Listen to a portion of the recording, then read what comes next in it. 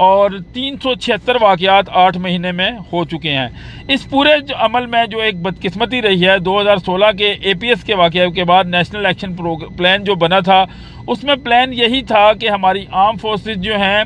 وہ ان کو پاکستان کے جو علاقے ہیں، جو قبائلی علاقے ہیں، ان کی جو سیف ہیونز ہیں، وہاں سے ان کو مار بگائیں گے، ان کا قلع کما کریں گے۔ فوج نے تو اپنا کام کیا اور ان کا قلع کما کیا اور یہ لوگ افغانستان بھاگ گئے۔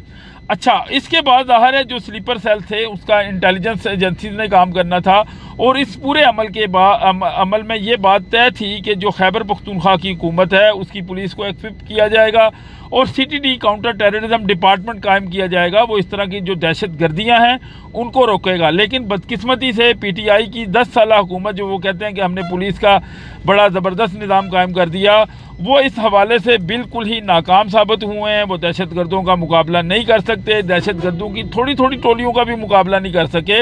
اور 300 400 500 دہشت گرد جو کہ آپ کہہ سکتے ہیں کہ جی اگر وہ بارڈر پار کر کے آئے بھی ہیں کسی نہ کسی طریقہ سے، یا ان کے سلیپر سیل تھے اور وہ خاموش تھے اور وہ دوبارہ جاگ گئے ہیں، تو ان کو ختم کس نے کرنا تھا؟ یہ جو انٹیلیجنس ادارے ظاہر ہے صوبائی لیول پہ بھی ہوتے ہیں اور وفاق کے لیول پہ بھی ہوتے ہیں، وہ FIA ہے، وہ آپ کی ISI ہے، وہ آپ کی IB ہے، وہ آپ کی ملٹری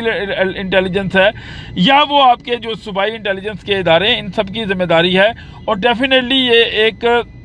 انٹیلیجنس بریچ تو ہوا ہے، انٹیلیجنس نیگلیجنس تو ہوئی ہے، لیکن اس پورے عمل میں جو ایک بدقسمتی سے ایک چیز جو سامنے آئی ہے، وہ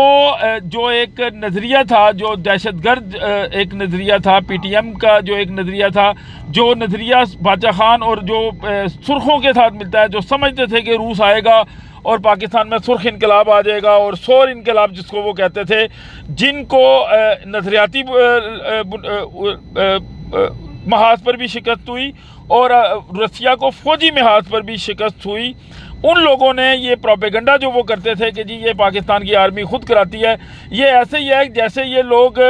رشیا اور کابل کی یونیورسٹیوں میں پڑھتے تھے، وہاں پہ دہشت گردی کے وہ واقعات کرتے تھے، یہ آگے پشاور میں دھماکے کرتے تھے افغان جہاد کے دوران، اور پھر اس دھماکے کے خلاف جلوس بھی نکالتے تھے۔ ابھی بھی ان کے یہی یہ وتیرہ ہے، اور یہ لوگ پاکستان کی جو فوج کے خلاف یہ بکواس انہوں نے شروع کی ہے، مس انڈرسٹینڈنگ جو کریٹ کر رہے ہیں پاکستان کی عوام کے درمیان اور پاکستان کے جو آرم فورسز ہے اس کے درمیان، اس سارے عمل میں بدقسمتی سے PTI کے جو سوشل میڈیا سیلز ہیں، چاہے وہ ٹویٹر پہ ہیں، چاہے وہ اسپیسز پہ ہیں، چاہے وہ واٹس ایپ پہ ہیں، فیس بک پہ ہیں، انہوں نے بھی اس موقع کو غنیمت جانا، اور انہوں نے جو ان کی حکومت ووٹ آف نو کانفیڈنس کے بعد ختم ہوئی ہے، اس کا غصہ اس پوری دہشت گردی کے جو ایک عمل ایک شروع ہوا ہے، اس میں بجائے وہ پاکستان کی فورسز کے ساتھ کھڑے ہوتے، ان لوگوں نے PTM کا، BLA کا اور جو افغان دہشت گرد ہیں ان کے نظریے کو اپنایا، اور ان کی جس طرح وہ پاکستان کی جو فورسز کے خلاف آپ کہہ لیں کہ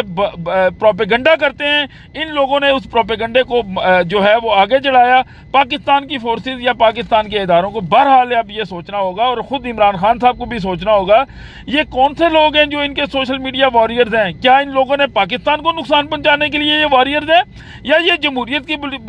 یا رول آف لا اور یہ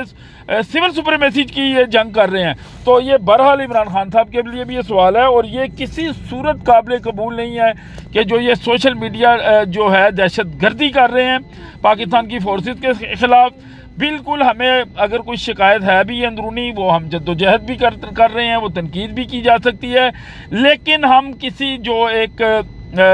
دہشت گرد جو PTM کا نظریہ ہے، جو لر اور بر افغان کا ہے اور یو افغان والی بات ہے، تو جناب یہ پشتونستان اور بلوچ سیپریٹسٹ کے